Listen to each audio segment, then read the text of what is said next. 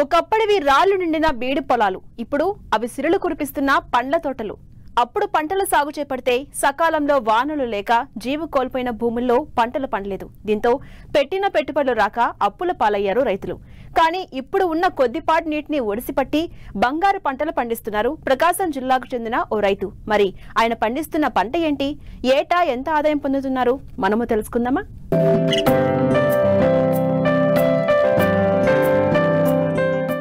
ప్రకాశం జిల్లా అనగానే అతి తక్కువ వర్షపాతం నమోదయ్యే జిల్లా. తీవ్ర కరువు కాటకాలతో వ్యవసాయం నష్టాల బాటన కొనసాగుతూ ఉంటుంది. అందుకే ఇక్కడి నుండి చాలా మంది వలసపోతూ ఉంటారు. అయితే గత 2 సంవత్సరాల నుంచి ఉద్యానవన పంటలతో సిరులు కురిపిస్తున్నారు పుల్లల చెరువు మండలం రాచకొండ గ్రామానికి చెందిన రైతు నారు బంగారు రెడ్డి.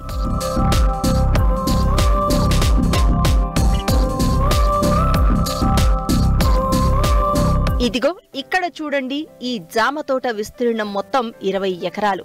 2 ఏళ్ల క్రితం నాటిన ఈ మొక్కల నుండి 2వ సంవత్సరం దిగుబడులను తీస్తున్నారు రైతు బంగారు రెడ్డి. అతి తక్కువ వర్షపాతం నమోదయ్యే ఈ ప్రాంతంలో కంది, మిరప లాంటి పంటలను పండించి చేతులు కాల్చుకున్నారు. ఆ తర్వాత ఉన్న కొద్దిపాటి నీటిని నిల్వ చేసుకునేందుకు 4 ఎకరాల్లో ఫామ్ పౌండ్ ఏర్పాటు చేసుకుని అక్కడి నుండి మొక్కలకు డ్రిప్ ద్వారా నీటి తడులను అందిస్తున్నారు.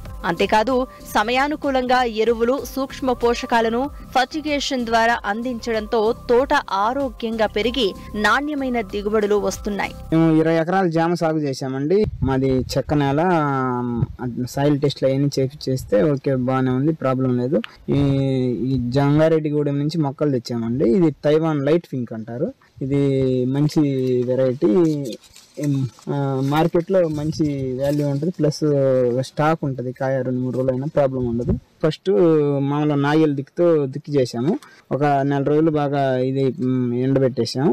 5x10 పెట్టాము. ఒక సైడ్ 5 అడుగులు, మొక్కకు సాలుగు 10 అడుగులు పెట్టామండి. సాలుగు 10 అడుగులు అంటే మనకు సేద్యం చేసుకోవడానికి ఫ్రీగా ఉండటం కోసం 10 అడుగులు పెట్టాం. ఇట్లా వచ్చేసి ఎకరానికి 900 మొక్కలు పడుతున్నాయండి. మేము అట్లా 20 ఎకరాలకు 18,000 మొక్కలు ప్లాంటేషన్ చేసాము. మనం మొక్కలు వచ్చేసి సంగారెడ్డిగూడెంలో తెచ్చుకున్నాం. జంగారెడ్డిగూడెంలో మన మొక్క వచ్చేసి లైట్ పింక్, తైవాన్ పింక్ అంటారు దాన్ని. మనకు మొక్కకు ఎకరానికి వచ్చేసి 900 మొక్కలు పడుతున్నాయండి. డ్రిప్ వ్యవస్థ ద్వారానే మెయింటైన్ చేస్తున్నాం. మనకు ఫారం ఫండ్ వేసుకున్నామండి ఒక 4 ఎకరాల్లో హార్టికల్చర్ సబ్సిడీ ద్వారానే. ఆ ఫారం ఫండ్ ద్వారా మనం వాటర్ సప్లై చేస్తున్నాం. దీనికి ఎకరానికి ఒక 40,000 నుంచి 45,000 వరకు పెట్టుబడి వస్తుందండి. ఫస్ట్ ఇయర్లోనే మనకు మొత్తం 20 ఎకరాల మీద 18 లక్షలు ఇన్కమ్ వచ్చిందండి. ఒక 10 లక్షలు ఖర్చు పోయినా మిగతా 8 లక్షలు మనం ఫస్ట్ ఇయర్లోనే మిగులుదల ఉంది. ఇంకా ఈ సంవత్సరం వచ్చేసరికి పెద్దగా పెట్టుబడి కూడా ఏం లేదండి. అంతా 2,50,000తో పెట్టుబడి అయిపోయింది. అంటే మనం మందులు స్ప్రేయింగ్స్ ఏం పెద్ద వాడము, మనం ఆర్గానిక్ వాడుతుంటాము. ఎంఎల్ స్ప్రేయర్ అవి స్ప్రే చేస్తాం. మొత్తం ఈ క్రాప్ మీద వచ్చేసరికి ఒక 4 స్ప్రేయింగ్లు ఇచ్చానండి. దీనికి మేజర్గా వచ్చే సమస్య ఏంటంటే పండు ఈగ అండి. అసలు చాలా ఇది పెద్ద సమస్య. చాలా మంది పండు ఈగ వల్లనే తోటలు కూడా అసలు మంచి కాసే తోటలు కూడా ఎత్తేసారు. ఒక తోటలో 100 బాక్సులు అయితే అనుకుంటే అందులో 50 బాక్సులు పురుగు డ్యామేజ్ చేసి ఉండటం వలన పాపం చాలా రైతులు నష్టపోయారు. నేనైతే దానికి సంబంధించి మంచిగా ట్రాప్స్, మామూలుగా ఒక్కొక్క ట్రాప్ వచ్చేసి 100 రూపాయల నుంచి 150 రూపాయల వరకు ఉన్నాయి అన్ని కంపెనీలలో. నేను సొంతంగా చర్చ చేసుకొని వేరే అవుట్ ఆఫ్ స్టేట్ నుంచి మేము 30 రూపాయలకి ఇక్కడ మనకు డెలివరీ వచ్చేటట్టు చేశాను. ఇది వాళ్ళు ఇచ్చే 150 రూపాయలదైనా 90 రోజుల్లో పనిచేసిద్ది, మనం వాడేదైనా 90 రోజుల్లో పనిచేసిద్ది. మనకు దానివల్ల అసలు మనం మందులు స్ప్రేయింగ్ కూడా అవసరం లేదు. ఫస్ట్ చిన్న కాయ పిండి దశలో ఉన్నప్పుడే మనం ట్రాప్స్ పెట్టేస్తే ఏదన్నా పండుగ ఉంటే అందులో ఇదైపోయిద్ది అండి, డ్రాప్ అయిపోయిద్ది. దీనికి మేజర్ సమస్య ఇంకోటి ఏంటంటే నిమటోడ్స్ సమస్య అండి. రావడం వలన తోట చాలా ఎఫెక్ట్ అవుతుంటుంది. కాబట్టి దీనికి నివారణ చర్యలు చేపడితే ఏరు వ్యవస్థ పాడవకుండా ట్రైకోవిరిడి, సుడోమోనాస్ అలాంటివి డ్రిప్ ద్వారా ఇవ్వటం వలన, డైరీ వాళ్ళది వేలం ఫ్రేమ్ అనేది ఒకటి ఉందండి. ఆ వేలం ఫ్రేమ్ అనేది కూడా ఇవ్వటం వలన బాగానే ఉండదని అంటారు. ఇప్పటికైతే నాకు అవసరం రాలేదు, నేను వాడలేదు. రైతు బంగారు రెడ్డి అందరిలా కాకుండా మార్కెట్ చూసుకునే పంట దిగుబడి వచ్చే విధంగా చర్యలు తీసుకుంటున్నారు. తోటలో వచ్చే చీడపీడలను గమనిస్తూ వాటిని సమగ్రంగా నివారిస్తున్నారు. అంతేకాదు వచ్చిన దిగుబడిని హైదరాబాద్, చెన్నై, కేరళ మార్కెట్కు తరలిస్తూ అధిక ఆదాయం పొందుతున్నారు. మనము మార్కెటింగ్ చూసుకొని కటింగ్ చేయాలండి. అందరు కటింగ్ చేసినారని మనం కటింగ్ చేయకూడదు.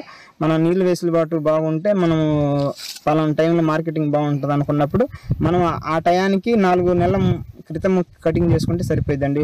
ఎగ్జాంపుల్గా మనం మామూలుగా జనవరిలో రేట్ ఉంటుంది, జనవరి ఫిబ్రవరిలో అనుకుంటే మనము సెప్టెంబర్ అక్టోబర్లో కటింగ్ పెట్టుకొని కటింగ్ చేసినప్పుడు మనం బ్లైటాక్స్ స్ప్రేయింగ్ ఇవ్వాలండి. ఒకవేళ బ్లైటాక్స్ స్ప్రేయింగ్ ఇవ్వకపోతే క్యాంకర్ తెగులు అంటాం కదా, నిమ్మలో అలా వచ్చింది.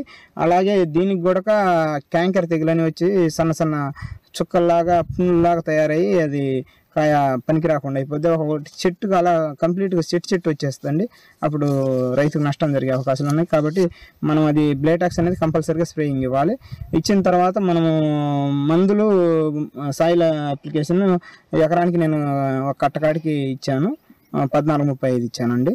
మనకు ఇది చెట్టు ఎంత లేదన్నా కనీసం 10 కేజీల నుంచి 25 కేజీలు వచ్చిందండి. ఒక క్రాప్ వచ్చేసి సంవత్సరానికి మనం 2 క్రాప్స్ పెట్టుకోవచ్చు, రెండు క్రాపులు పెట్టుకోవచ్చు, లేదా 3 క్రాపులు కూడా పెట్టుకోవచ్చు. కానీ నాకు తెలిసిన వరకు అయితే 2 క్రాపులు పెట్టుకోవటం ఉత్తమమైన పని. చెట్టు కొంచెం రెస్ట్ తీసుకుంటుంది కాబట్టి ఇబ్బంది లేకుండా ఉంటుంది. ఎనీ టైం కాయలు ఉండాలంటే చెట్టుకు బాగా ఇది తొందరగా తోట దెబ్బతినే అవకాశాలు ఎక్కువ ఉన్నాయి. కాబట్టి సంవత్సరానికి 2 టైమ్స్, అంటే ఒకసారి ఏప్రిల్ నెలలో కటింగ్ పెట్టుకోవాలి, ఒకటి ఆగస్టు సెప్టెంబర్లో కటింగ్ పెట్టుకుంటే సరిపోద్ది. అత్యంత కరువు పీడిత ప్రాంతంగా ఉన్న ఈ ప్రాంతంలో ఎలాంటి సాగునీటి వనరులు లేవు. ఇక్కడి రైతులు వర్షాధార పంటలనే సాగు చేయాలి. ఈ ప్రాంతంలో వరి సాగుకు అవకాశమే లేదు. అలాంటి పరిస్థితుల్లో పండ్ల తోటలను సాగు చేస్తూ సిరులు పండిస్తూ పలువురికి ఆదర్శంగా నిలుస్తున్నారు రైతు బంగారు రెడ్డి.